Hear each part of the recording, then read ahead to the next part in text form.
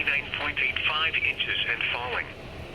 Across Wisconsin, at La Crosse, it was sunny with a temperature of 94. It was mostly sunny.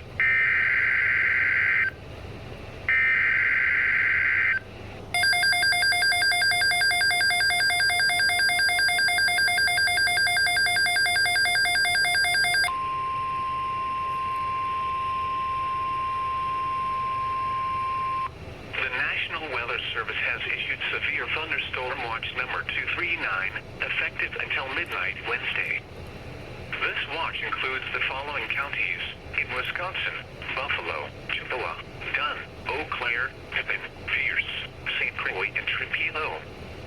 Remember, a severe thunderstorm watch means the conditions are favorable for the development of severe weather, including large hail and damaging winds in and close to the watch area.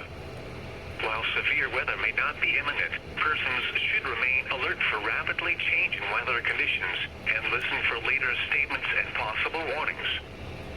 Stay tuned to NOAA Weather Radio, commercial radio and television outlets, or internet sources for the latest severe weather information.